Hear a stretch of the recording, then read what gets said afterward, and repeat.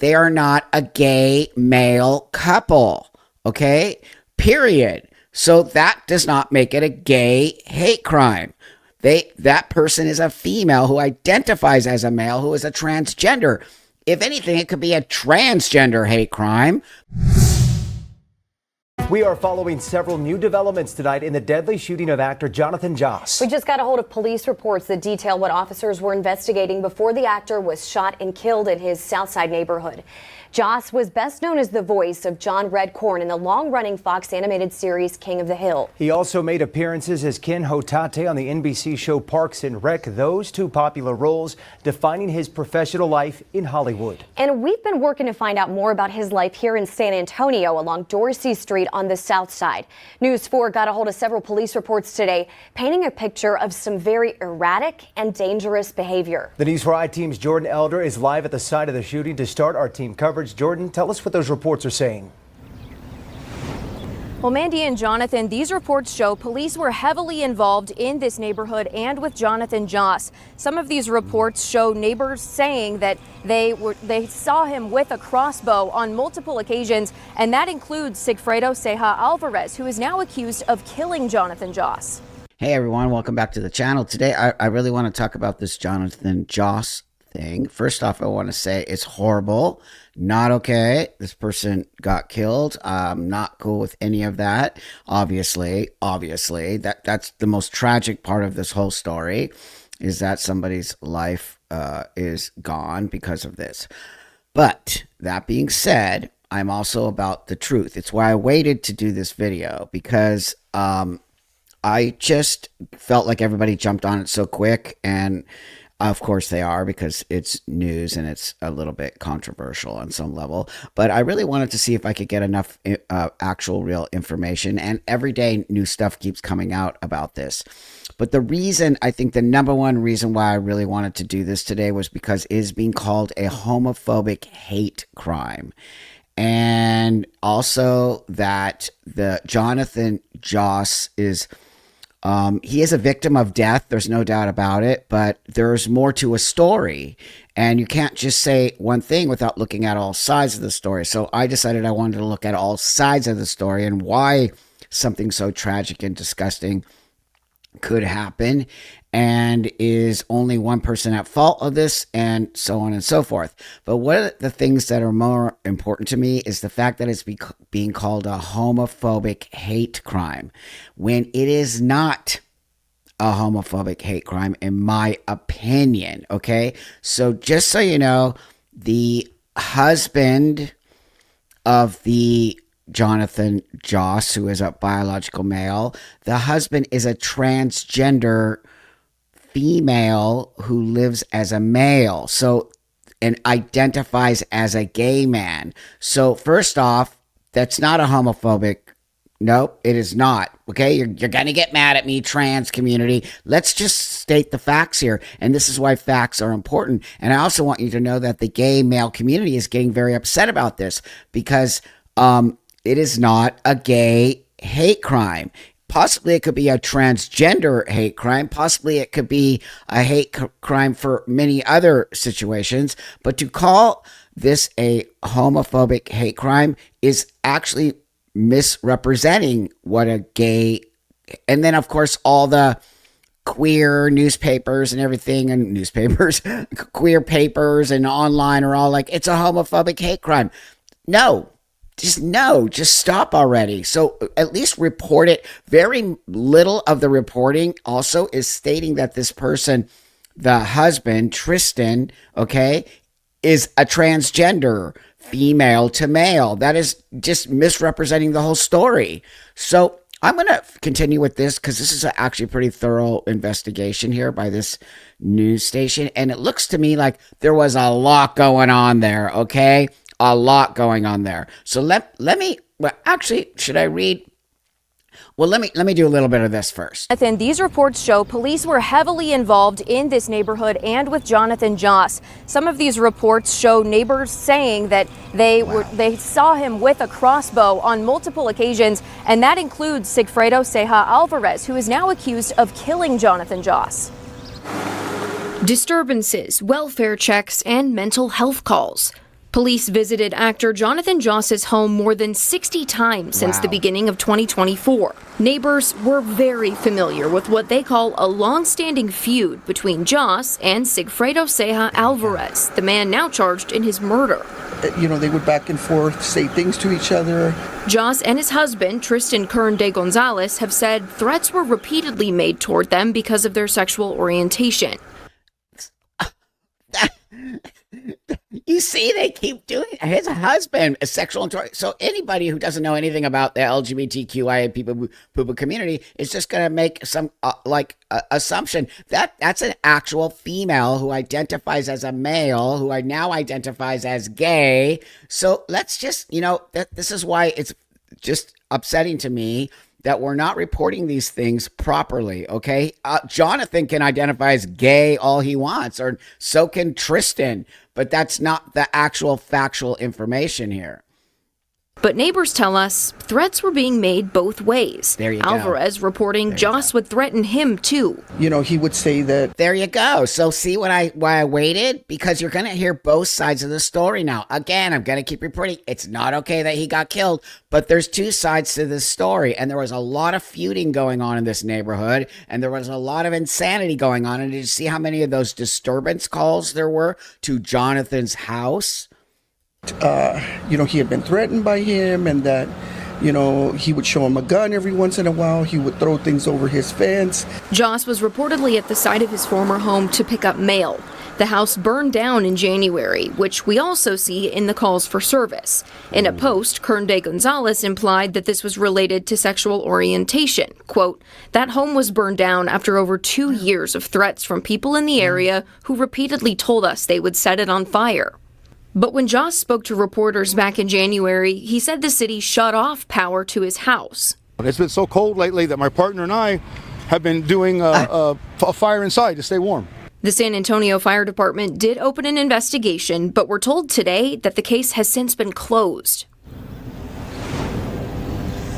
We've requested the documents from that investigation, and we've asked the fire department if they can say for sure whether that fire was arson or if it was accidental. Well, hold on. I want to show you something right now because I found a video of Jonathan totally admitting that they actually burned their own house down by accident. Okay. So here we, again, so watch this. Watch. I had 4 neighbors basically say that my house is not worth living in.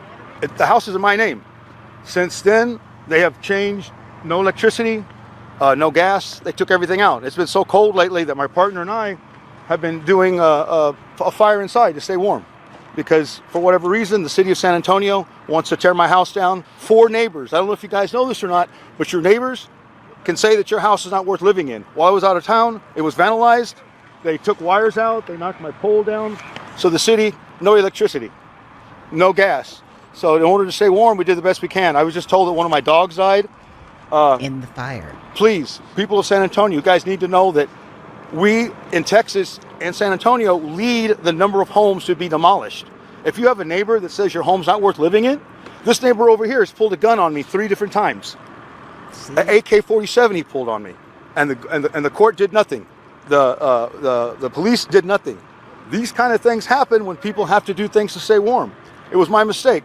We checked over the fire, and we thought there was no fire burning, but evidently it was one that burned. My name's Jonathan. My name is Jonathan.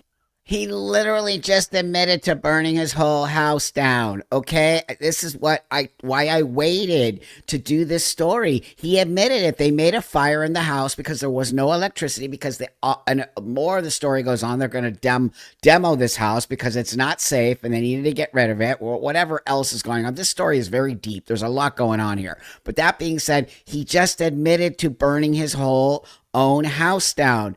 Now I'm going to go back to this news story. We hear back. For now, reporting live, I'm Jordan Elder. In all, police were called to Joss's home more than 60 times in the past year and a half. Here's a quick snapshot at just a few of the calls. On March 23rd of last year, police were called to the home over a dispute over a vehicle. On May 24th, police were called for reports of shots fired. Responding officers said they heard shots when they got there, but nobody was found to have been shot. On July 9th, officers were back at the house, this time investigating reports that someone had a crossbow and was pointing it at people. The crossbow was confiscated by police. We've also confirmed that the city's Dangerous Assessment Response Team, or DART, was involved in the property where Joss and his husband were living. The DART team first got involved in July of 2024. Jonathan and his husband were living, as they do with properties that are considered to be a nuisance or dangerous. The city issued a notice to vacate the house because of its dangerous conditions. That was going to be in August. Then the city decided the home should be demolished. All of that finalized by September. But the house hadn't been torn down when a fire started this January. That took place on January the 23rd. And then the house was demolished 7 days later. We also found out today the man accused in the crime has posted $200,000 bond and is set to be released, but there will be some terms. He's under full house arrest, subject to drug and alcohol testing. He is prohibited from having any firearms, no guns. He has a court hearing set for August 19th. We've also uncovered new audio from the day of the shooting in which Joss died. That audio video coming from a security camera at a home along Dorsey Street where that shooting happened. Take a listen. No está. Sí, no está. No está la troca. we can hear it. Surveillance camera footage captures the shots that killed the King of the Hill star on Sunday. Wow. Some in the neighborhood say this was a feud that started with a property dispute between See? Joss and the brother of the man accused of killing him. See, it's been an ongoing feud in that neighborhood. But when I'm going to read you the statement from Tristan, the husband, who is a transsexual female to male, okay, I'm going to show you why I'm so upset about this whole story. Yami Virgin from our sister station Fox SA continues our team coverage now from the site of this shooting. Yami? According to neighbors here on Dorsey Street, many were excited when they found out who Jonathan Joss was. King of the Hill, everybody knew him. So they were excited when he got here, but a few years later, a feud started, and it was not with the neighbor who allegedly shot him. This has been going on for years. I think it's just two people that I guess couldn't stand living next to each other for whatever reasons. Yeah. This neighbor who Haven't you ever had a bad neighbor? I have. I have. I think pretty much we all have. So to me, that just happens. People feud in neighborhoods for dumb reasons. So the story gets thicker. asked not to be identified out of fear for their safety, says the argument over the fence line was between Sigfredo Ceja's relative, who lived between Jonathan Joss and Ceja. But they tell us the feud then grew between Ceja and the King of the Hill star. They both had their part in it, and it just escalated, and somebody, went and hurt the other, and it shouldn't have happened. I don't think it should be turned into a hate crime, though, because now it's affecting the entire neighborhood, and we're all being looked at as we were harassing Jonathan and his husband because they were homophobic, and that's not the case at all. Coming up at 6 o'clock. It's not the case at all. Of course, we're hearing two sides of the story again, okay? But the neighbors are saying that's not true. We're not homophobic. And it does actually kind of suck when you get called something that you're not. So as the story unfolds and we're getting all sides of the story, the most important thing I'm going to keep going back to is it's not a homophobic hate crime. Okay, these people were feuding for years and years and years, and it has nothing to do with that. It has everything to do with whatever was going on in that house. Also, now I really want to read this statement from Tristan here. Hold on one second. So here's the statement that was released by Tristan, the husband, who's a transsexual, who's a female, okay, identifies as a male, says, statement from Tristan Gonzalez, husband of Jonathan Joss. Okay, this is immediately after the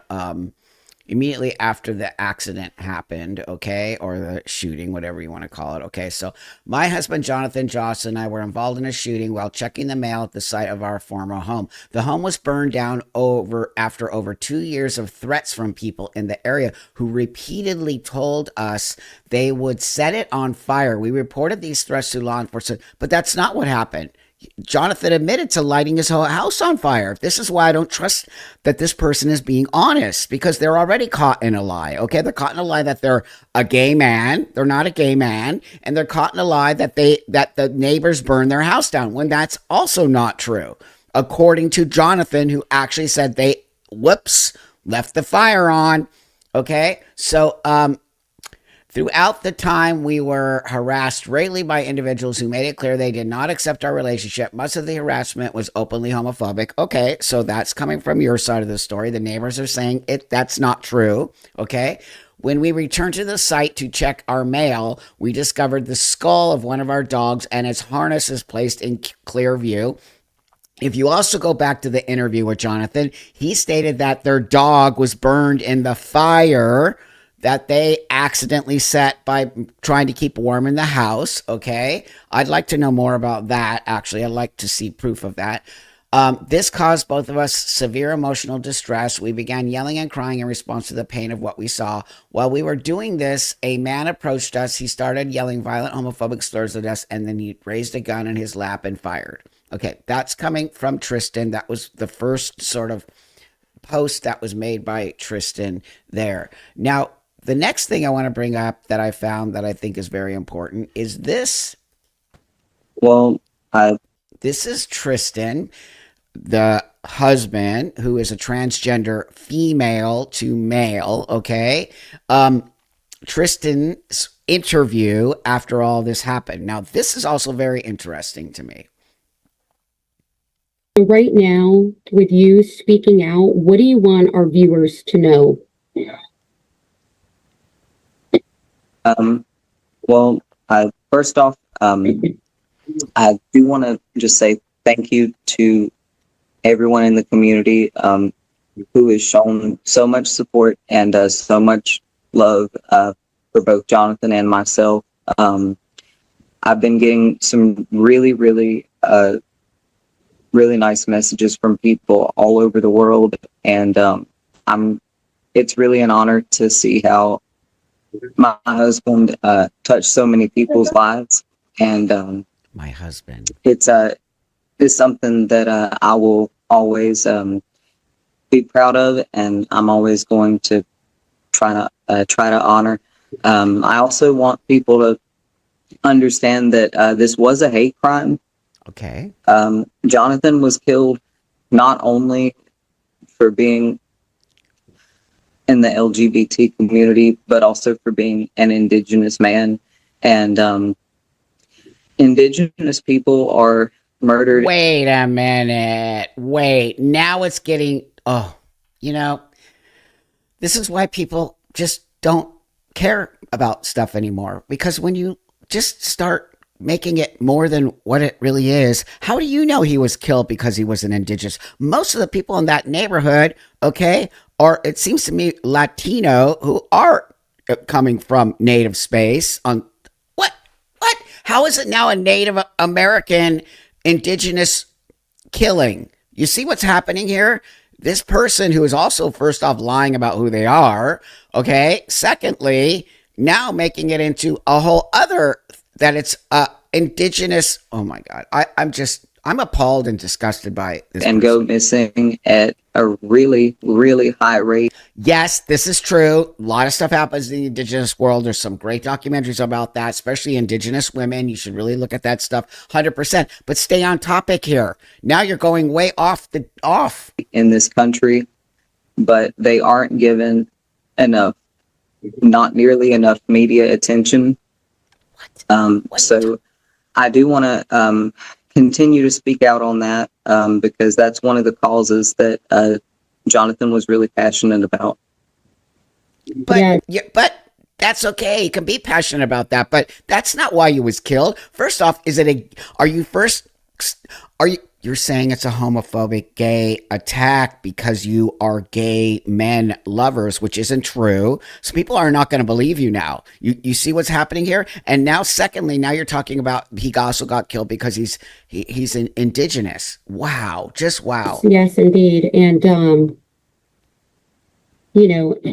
with police right now, obviously they've come out and said, because of so many people wondering, what happened, they've already said they found no evidence of this being a hate crime. What is your response to that? Right.